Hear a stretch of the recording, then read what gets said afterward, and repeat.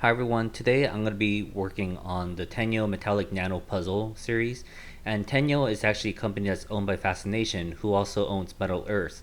So Metal Earth is actually sold in US, and Tenyo is a Japan specific company that was created to sell these Metal Earth series actually in Japan, and they're more geared towards Japanese themed buildings or objects. So in this case, it's the Tokyo Sky Tree, and it includes just one sheet of metal and instructions that are graphic. And for the most part, it's a very simple build, but it is a little hard to do just because since it's a single sheet, these parts are a lot smaller, which made it a little difficult to build just because these parts are small and it was hard to reach in certain areas. Here are a few photos that I've taken in Tokyo. It is located on the northeast corner of Tokyo, and I visited the building back in 2015 and 2017. And you can actually have a great view of Tokyo, a 360-degree view, as you can see here. It was actually a controversial building when it was first built back in 2010, and I believe construction was completed in 2012. And a lot of residents were actually opposed to this Skytree building as they feared that it was going to be too tall and it would actually detract from Tokyo. But once it was open to the public and people started going up for 360 views, it is actually now a very famous landmark and is actually adored by a lot of the residents in Tokyo. If you are ever visiting Tokyo, I highly recommend visiting because it gives you the best view of Tokyo, in my opinion. There are three locations that you can go for a great sky view. One of them is the Tokyo Tower, the other one is going to be in Roppongi, and then this is the third one, Skytree. And in my opinion, the Skytree was actually the best view that I've gotten.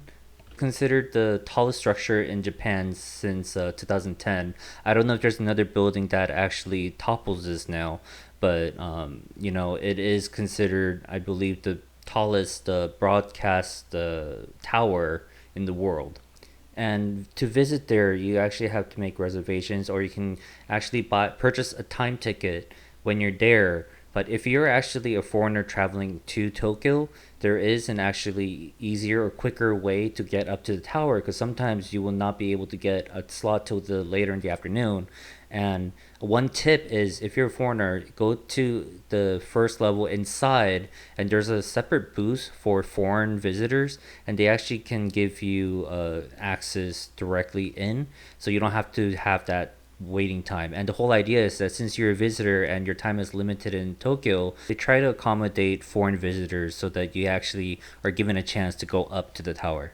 Just know that if you're visiting, if the sky condition is not great or there's too much fog, you will not be able to go up to the tower because there's no view of the tower, and they will actually refund your ticket if this happens. I planned on going in 2015 up to the tower, and I used the foreign ticket line, except they actually canceled the ticket because it was really foggy that day, which you saw in the images earlier.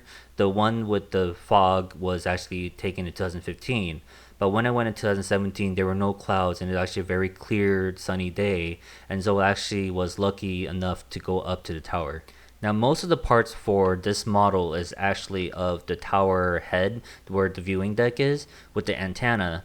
And the rest of the building, which is just two parts, is just your base and your tower element, which is actually just one piece. And it actually is a little difficult to build, as you'll see later on, because you actually have a circle on the top, but it transforms into a triangle piece that attaches to the base. The tools that we're using for this build were the needle nose plier, and then a rounded tip plier that you can actually get from like a craft store for jewelry making, and then an X-acto knife and a metal snipper. The snipper is meant for wire cutting, and it's actually small enough, and Metal Earth series usually has the areas that are connected with these dents so that you can actually slip in these snippers to be able to cut off the metal piece easily.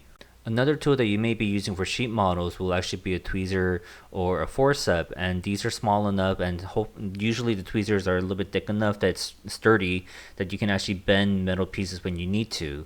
However, for this build, I omitted it as the long needle nose plier was actually long enough and it was actually useful that I actually did not need to use the tweezer this time.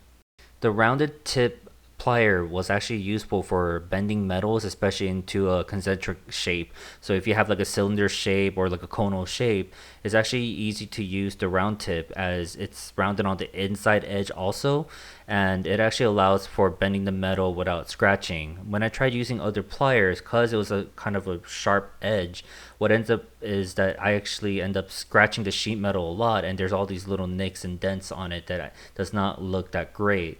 So in terms of quality, I've noticed that it's easier to bend and you have a more rounded shape that's even, but also looks a lot nicer because you have less scratch marks by using a round tip. I apologize for the quality of the video because since the parts are so small, it was really hard to do a close-up shot, and if I got too close to the camera, it kept going out of focus, and I have no way of readjusting for such a small piece. And I kind of wish I have like a macro lens attachment so that I can actually get a close-up shot without it blurring out. But unfortunately, a lot of the shots that you see right now are going to be kind of out of focus or blurred, and it's just due to the size of the object that I cannot zoom in or focus. If you're visiting the Skytree building in Japan, one suggestion I will make is not to actually exit off of the Skytree station and actually exit off of Asakusa and then actually walk across the bridge, and you'll see like the Asahi building, and that looks kind of like that black building with like a red flame on top, or yellow flame I guess. And it's a great walk, and you'll actually get a great view of the Skytree itself, because when you exit from the station itself for the Skytree station, you're actually coming in from the underground, and you're actually already at the base of the building, that the only view you see is up, and it's really hard to capture the whole building. And so if you wanted to have a great view of the Skytree and a kind of a great just experience entering the building, I highly suggest walking there from 1 or 2 stations away. If you're a fan of Studio Ghibli, or Ghibli, depending on how you pronounce it, at the base of the Tokyo Skytree, there is a Studio Ghibli store, and it's really pretty and it's really cute, and they have a lot of merchandise for Studio Ghibli. And there are other stores such as sweets and desserts, and one of the famous one would be like Tokyo Banana, which is actually like a banana shaped dessert or snack, which is really good and popular, and it's actually a great souvenir gift. So I used the X-acto knife for bending the flaps. So if you look at the instructions, there are 2 ways to join the metals together. One, in the instructions, if you see a blue circle, it means to fold it, and if you see a triangle, it means to twist it. And when you twist it or fold it, then it will stay in place.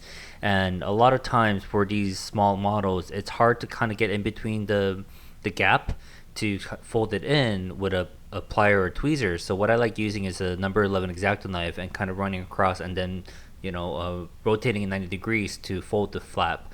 But I would say if you aren't very comfortable with X-acto knives, be very careful, because it is a very sharp blade. Or if you have any other tool other than an X-acto knife that's very thin that you can get in between easily, I would highly suggest using that instead. So this is the tower element that I was talking about earlier, and in the beginning I thought it was just a concentric shape or a cylinder shape, and as I was bending it, I used the round cylinder of the X-acto knife to be able to kind of bend and roll in the shape.